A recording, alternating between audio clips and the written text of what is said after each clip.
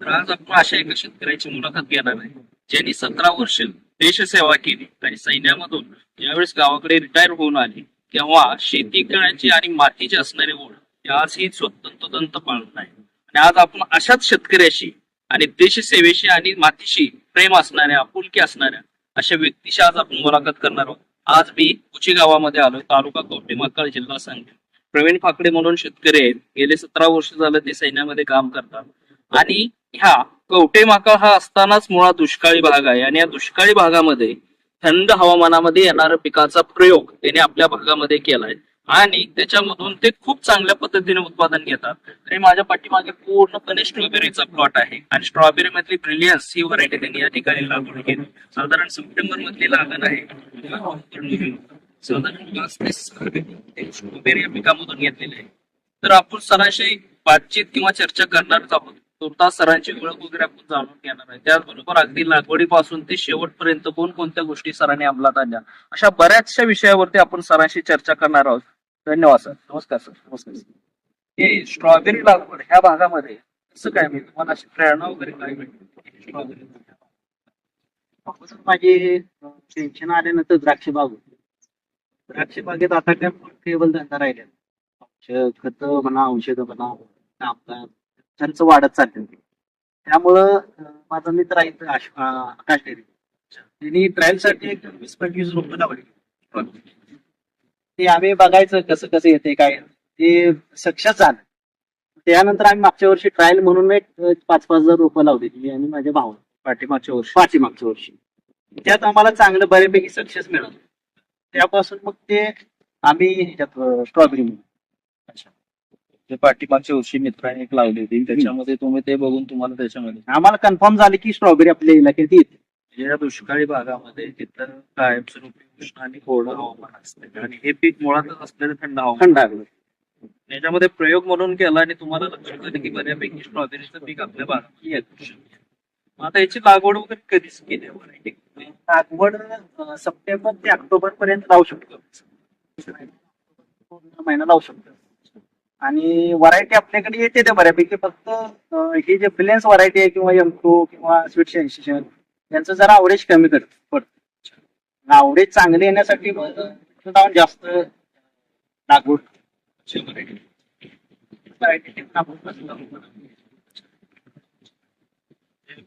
आहे त्याचा अवरेज थोडं कमी पडतं. पेट्रोलला त्याला अवरेज चांगलं. ब्रिलियनची टेस्ट चांगली असते, गोड असते. म्हणजे चवीला सगळं हे चांगलं. तरी साधारण किती क्षेत्रावरती लागवड? आता माझं 25-30 गुंठ आहे टोटल, लेन्स आणि विंटर व्हरायटी मिळून 25. आता सुरुवातीला ही जी लागवड करताना ह्याच्यामध्ये पूर्व मशागत असेल किंवा बेड तयार करताना साधारण बेड किती लांबीवरती सोडतो, साधारण त्या बेडच्या हाईट किती, आणि त्याबरोबर बेड करताना ह्याच्यामध्ये बेसल डोस आपण भरतो, शेणखत असेल, रासायनिक खत असेल, असे कोणकोणत्या डोस? एकतर पहिल्यांदा आपण बेड बनवताना जेवढं अंतर कमीत कमी राहील त्याचा विचार करून बेड बनवायचं. तर हे उपयोगाचं नाही जास्त, फक्त आपल्याला तोडता आणि फिरता आलं पाहिजे एवढंच अंतर, बाकी वेस्ट करायचे. आणि आपल्याकडे तसं काही सिस्टम नाही की एकदम क्लोज बेड बनवण्याचं असं काय नाही. त्यामुळे आमचं जरा थोडं तरी पण जास्त अंतर राहिले. आणि बेडची उंची जेवढी होता होईल तेवढी चांगलं आहे, कारण तोडताना वगैरे आपल्याला वाकून तोडावं लागतं. त्यामुळे बेडची मग जेवढी आपल्याकडे जे हे आहेत मशागतीचे प्रश्न आहेत त्यानुसार जेवढं उंची होता येईल तेवढी करून साधारण 20 ते 25 सेंटीमीटर हो. जेवढे हाईट जास्त असं तेवढे तोडायला वगैरे चांगला होते ना, आपल्याला बाकीची कामं वगैरे असतात ते करायला. बेड सोडतात कसे ट्रॅक्टर त्याच्यामध्ये डोस वगैरे भरतात, शेणखत असेल, रासायनिक खत असतील, जैविक खत असतील, सेंद्रिय खत असतील.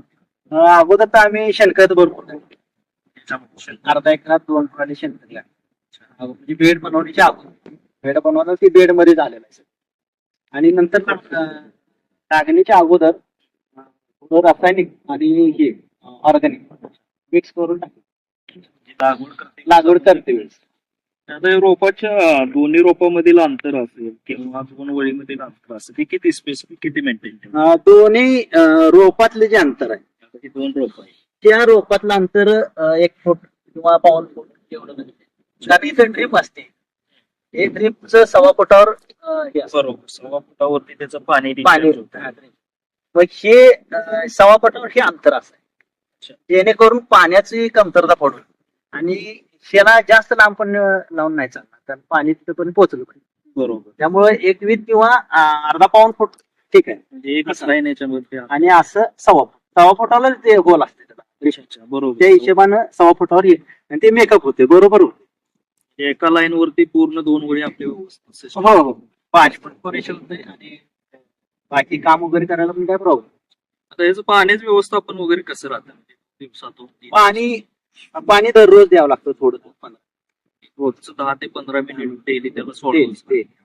आता याच्यामध्ये पाण्यामधून देताना असं कोणतं औषध आहे का किंवा जे वॉटर सोल्युबल फर्टिलायझर्स असतात 19 असेल 13-045 असेल 13-050 असेल जेणेकरून फ्लॉवरिंग चांगले साईज व्हावं असं काही लिक्विड सोडतात लिक्विड तर याची साईज वाढण्यासाठी आणि परफेक्ट होण्यासाठी आपल्याला एनपीके सोडायचं लागतं 2-3 दिवसात अशी कोणती कीड किंवा रोग आहे का त्याचा प्रादुर्भाव प्रादुर्भाव म्हणजे अगोदर ज्यावेळेस पावसाचं पिरियड असतो सप्टेंबर ऑक्टोबरच्या सुरुवातीला त्यावेळेस करपा बॅक्टेरिया जास्त येण्याची शक्यता असते बॅक्टेरियल करपा वगैरे जास्त आणि आळी आणि नंतर थंडी चालू झाली की हे बुरीचा प्रादुर्भाव त्यानंतर मग नंतर पुन्हा टेम्परेचर वाढायला सुरुवात झाली फेब्रुवारीच्या मग लाल कोळी जरा अटॅक होतो किडीमध्ये जर बघायला गेलं तर किडीमध्ये लाल कोळी आणि आळीचा एक प्रकार.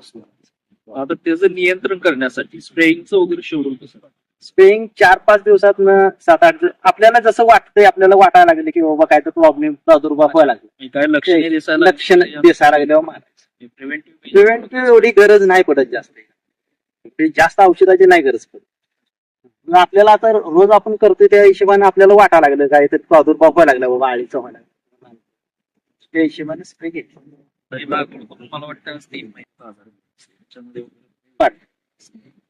ज्यावेळेस तुम्ही ही स्ट्रॉबेरी लागवड केली आता साधारण आता 3 महिने अजून हे प्लॉट किती दिवस मेंटेन राहू शकतो किंवा अजून हा प्लॉट आपल्याला अजून किती दिवस याचं टेम्परेचर वाढत चाललं 35च्या वर टेम्परेचर चाललं की याची साईज कमी होत चालली साईज आहे एकदम लहान होतात त्याने झाड आपटेक घेत नाही फेब्रुवारी मार्चच्या दरम्यान याच मार्केटला घालून चांगली मिळत जोपर्यंत वातावरण चांगलं थंड आणि कोरडं हवामान हे फळ आपल्याला चांगली साईज असेल किंवा शायनिंग चांगलं तोपर्यंत भेटतं जेव्हा उन्हाची तीव्रता वाढेल तेवढं फळ तेवढं साईज न थोडं लहान आहे त्यात टिकवण क्षमता एकदमच कमी आता असं विक्री व्यवस्थापन वगैरे करताना काही अडचण वगैरे येतात का की काय चांगलं मार्केट आहे किंवा त्या ठिकाणी कसं आहे एकतर याची टिकवण क्षमता कमी असते त्यानंतर 24 तासात ते 20 तासाच्या आतमध्ये संपलं पाहिजे खाऊन संपलं पाहिजे मार्केटमध्ये 24 तासाच्या आत तर पोहोचलं पाहिजे जर पुढे 24 तासामध्ये समजून झालं पाहिजे मग त्यानुसार जर म्हणलं तर लांबच मार्केट चालू जवळच मार्केट असं चालू ह्याच कसं आहे जास्त पण स्ट्रॉबेरीची आवक म्हणजे जास्त लावण्यात आपल्याला जसं मार्केट सापडत त्या हिशोबातच लावत आता ही लागवड करताना वगैरे तुम्हाला उपलब्ध केली का बाहेर थोडी बनवली होती मागच्या वेळेस ट्राय केलं तर मग आम्हाला काही एवढी सक्सेस नाही मिळालं यावर्षी आम्ही स्वतः बनवून ते रोप लावतो हो आता याचं व्हरायटी वगैरे जे मदर प्लांट राहते तर हे कुठून वाईल आहेत ते एकदम इम्पोर्ट ते बाहेरच्या देशातून इम्पोर्ट करतात ही बाहेरची व्हरायटी हो आपल्या इथं ते मदर प्लांट बनतच नाही अच्छा बाहेरच्या देशातूनच इम्पोर्ट सगळं विंटर डाऊन असो किंवा कुठली व्हरायटी पर प्लांट काय किंमत काय मदर प्लांटची 50 रुपये राहते आपण घेऊन यायला कशी बनवायची प्रोसेस वगैरे कशी राहते असं सेमच आहे जसं ही बनवतात हे जे रनर आहे हेच रनर ज्यावेळेस पुढे जातं हेच मातीमध्ये किंवा ट्रे मध्ये आपण ठेवलं पिशवीमध्ये त्याला मुळी सुटते अच्छा त्याला इथं मुळी सुटल्यानंतर ते रोप बनते इथं रोप बनले की नंतर पुढे आणि सेम प्रोसेस होत जात. आता हे कट परत कधी करायचं चांगलं? ज्या वेळेस आपण लावायचं त्याच वेळेस साधारण तुम्हाला आतापर्यंत अर्धा एकर क्षेत्राला अगदी सुरुवातीपासून ते मशागत असेल, बेड सोडणं असतील, खतं असतील, पंचम पेपर असेल किंवा वेगवेगळे औषधं असतील, तर साधारण खर्च किती आला आणि याच्यामधून तुम्हाला साधारण उत्पादन किती अपेक्षित आहे? आणि जे भावी शेतकरी असतील किंवा जे नवीन उद्योजक असतील त्यांना स्ट्रॉबेरी लागवड करायची असेल साधारण त्यांना एक थोडक्यात बजेट सांग. बजेट आता रोप मी बनवले त्यामुळे मला रोपाचा खर्च जास्त आलेला. रोपाचा पण खर्च जास्त. स्वीट मधले 10 ते 12 रुपयाला एक रोप पडतं आणि विंटर डाऊन 7-8 रुपयाला आपल्याला एक पडतं. त्यामुळे ते मी बनवल्यामुळे तो खर्च वाचला. तरी पण 1 लाख रुपये खर्च, 1,00,000-1,15,00,000 आतापर्यंत झालाय माझा. हा, बॉक्स वगैरे, बॉक्स पण पॅकिंग मटेरियल सगळं आलं. नंतर खत, रासायनिक खत म्हणा किंवा बेड बनवणं, मल्चिंग पेपर टाक, 1,00,000-1,15,00,000 आतापर्यंत येईल. 50,000 साधारण एवढा उत्पादन काय अंदाज काढलाय?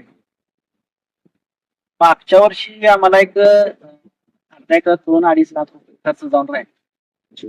बऱ्यापैकी शिल्लक. हो, या वर्षी जास्त वाटते की जास्त राहील.